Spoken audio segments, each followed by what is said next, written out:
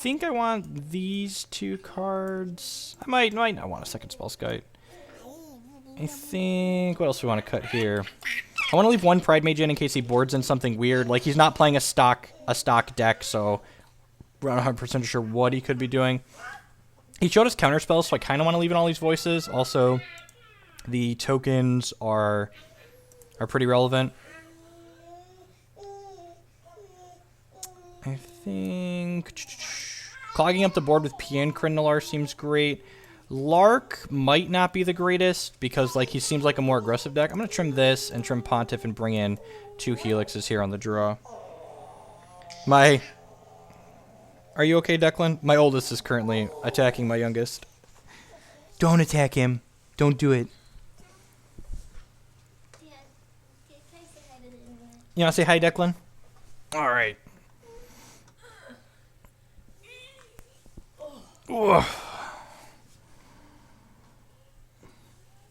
Slaughter games you want for like combo decks where you like want to take out a very specific card. So I think this is how I want to sideboard. Again, the Pontiff might be okay. Like, I guess we saw Birds and Noble Hierarch, so Pontiff's probably fine. I also just like don't want to like draw this Pontiff randomly if it's not good. So I think I'm gonna err on leaving Pontiff out and just board like this.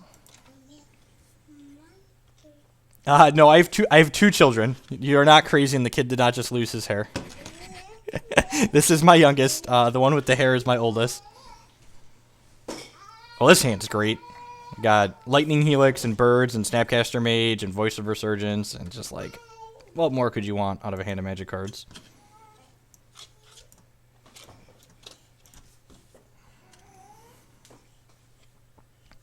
Lark does trade with an angel. Yeah, the deck list I joined this league with was 61 cards, sue me. I'm not just boarding up to 61, there's 61 in the main deck. I wanted to put an Eidolon of Rhetoric in my main deck.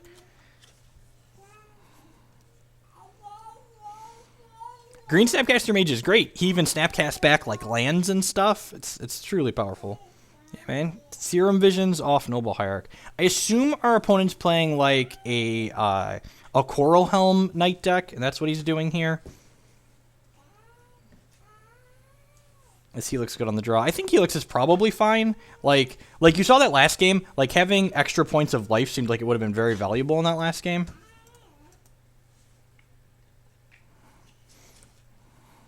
Mana Leak. Sure. I can't believe he left in the counter spells against our voices. That's really surprising. And like I left in the voices just because they're like good in combat, but all right, and teach their own. And again, that's why like even if his deck was a thing, like you're playing against people on Magic Online and stuff like that, like are they boarding properly? Stuff like that. Like can I actually count this as really good testing because did my opponent play optimally?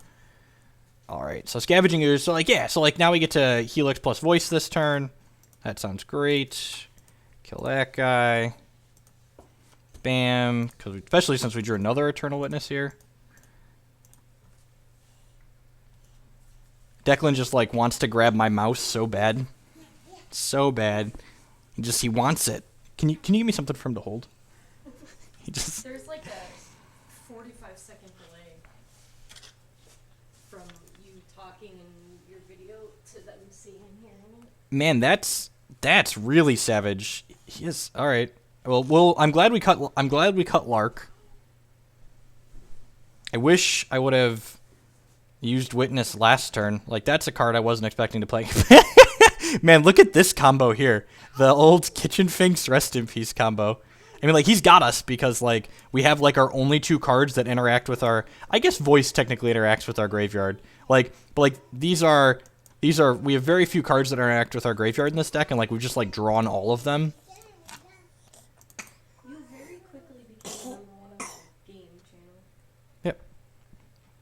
I think, yeah, I'm just going to leave the Voice back. I guess we'll play the Scavenging Ooze out, too.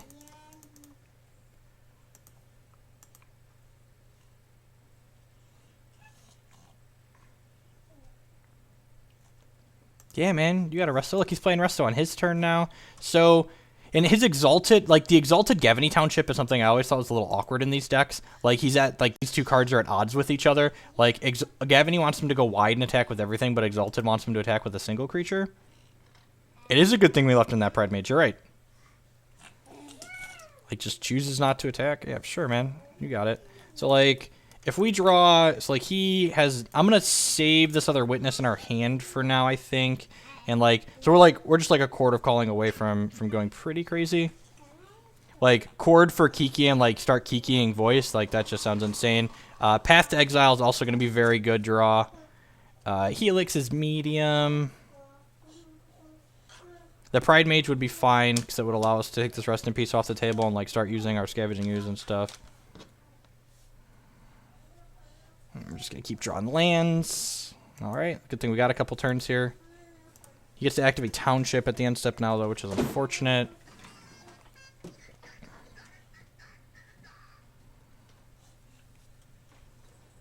He didn't activate Township. Alright, deal, buddy.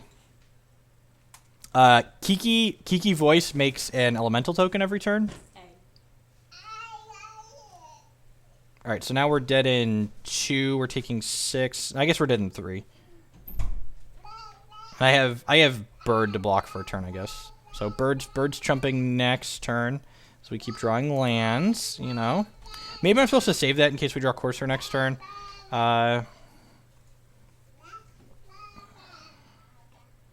Oh, Kiki Voice doesn't die. You're right. Rest in Peace kills that. Pia and Corinne Nalar would be okay.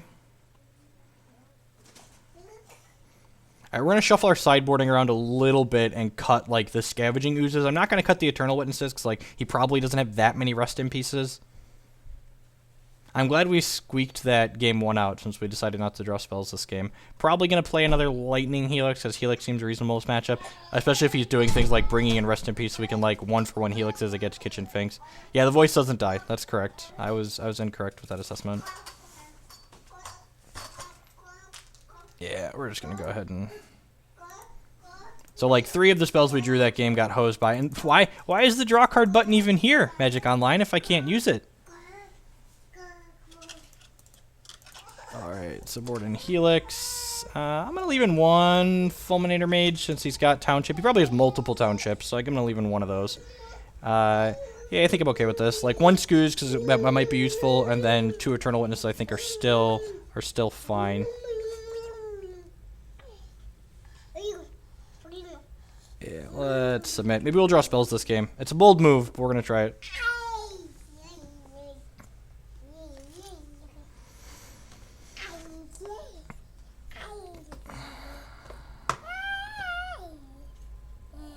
Explosives might be okay. No. Take those from him. Oh, right. He could start the car. Yeah, this hand is great. Keep. Hope he plays Rest in Peace on turn 2.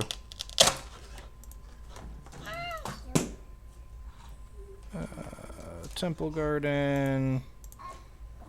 The best part is we know the Bird's not going to get bolted because he's not playing red. As a 61 cards is fine. Like in a toolbox deck, having the extra card, it really isn't a big deal. Another one of those. Hopefully he just like plays a bunch of mana guys out here, and we hit our 4th land and just like play Linvala on curve. Why does Blue Moon seem good after the ban? Blue Moon's not good against Burn. It's only okay against Tron. Like, it's medium against Affinity. Yeah, like I don't think the Moon decks are a good idea. Yeah, just hit this on turf. Play the old Linval out here, which stops mana abilities on his creatures.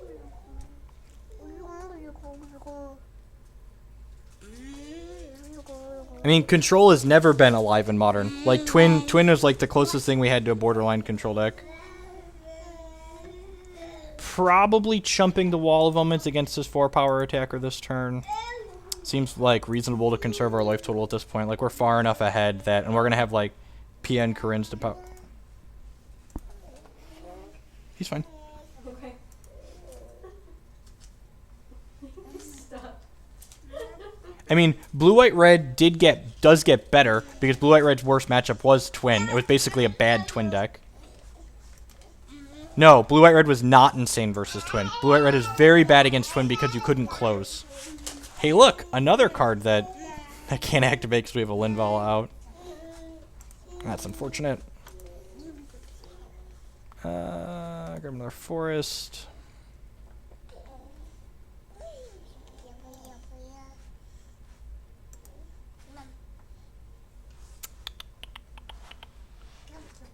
Man, now we got choices.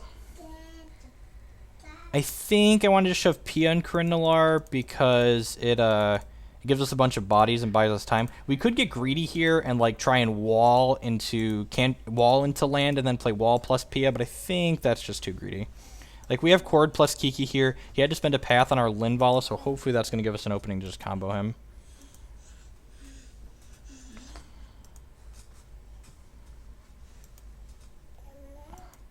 If he ships... Okay, no, the other one. He's fine. He was putting his legs on. Yeah.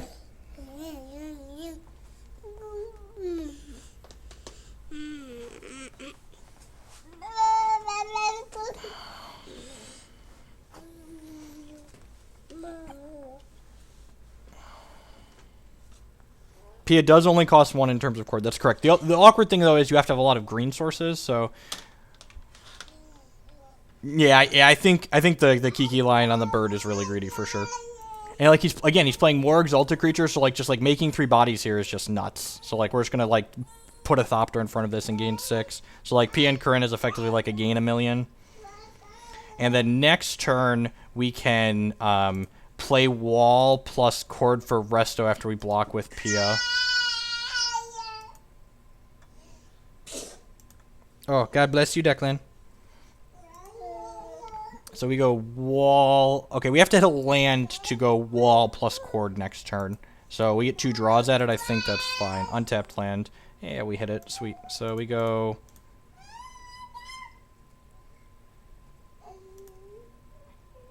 So we do that, plus this. Oh, look, playing a bird is free, not playing around a sweeper out of his deck. Of course, like, he has Rest in Peace plus Scavenging Ooze post board, so, like, maybe I should play around a sweeper in his creature deck.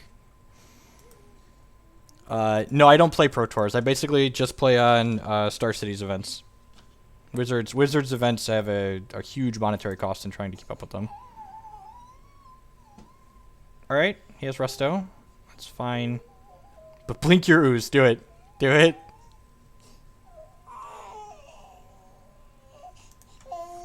Declan, what's the matter, bud? So...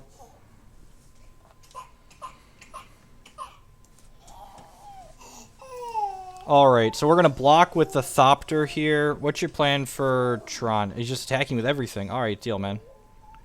So let's go... In that case, I'm not throwing a Thopter under the bus. I'm just going to go block, block... And then we're going to Chord for Resto and blink the Pia and Corindalar. Get some more Thopters here. Get him. Get him, get him, get him, get him, get him. Get him, get him, get him, get him, get him. All right. And like so like this is a sweet like catch-22 scenario. Like if he has a removal spell, he should probably path the Pia and Corinne because like he's not going to beat all this value we're getting out of it. And if he doesn't have the if he paths that, then he can't like path the Resto and he gets comboed. Yeah, man, you got a Pride Mage. All right, so our opponent is dead. Got him. And, like, this is a good example of, like, why this deck is good. Like, our opponents probably lost this game even without us having the combo here. But, like, the combo just closes the door and doesn't let him draw out of it. Like, he's not winning just because we're a sweet value deck. And then, like, we just, like, oops, the game's over now instead of being over in 4 turns.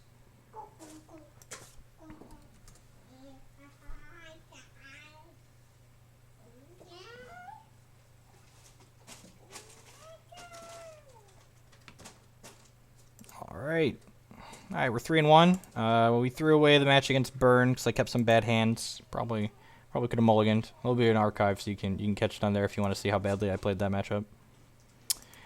And after this match, we'll shuffle some things around. We'll be a good Magic player and trim the main deck down to 60 cards, etc.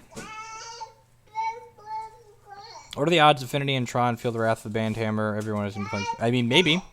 Like, even if everyone's playing those decks, like, what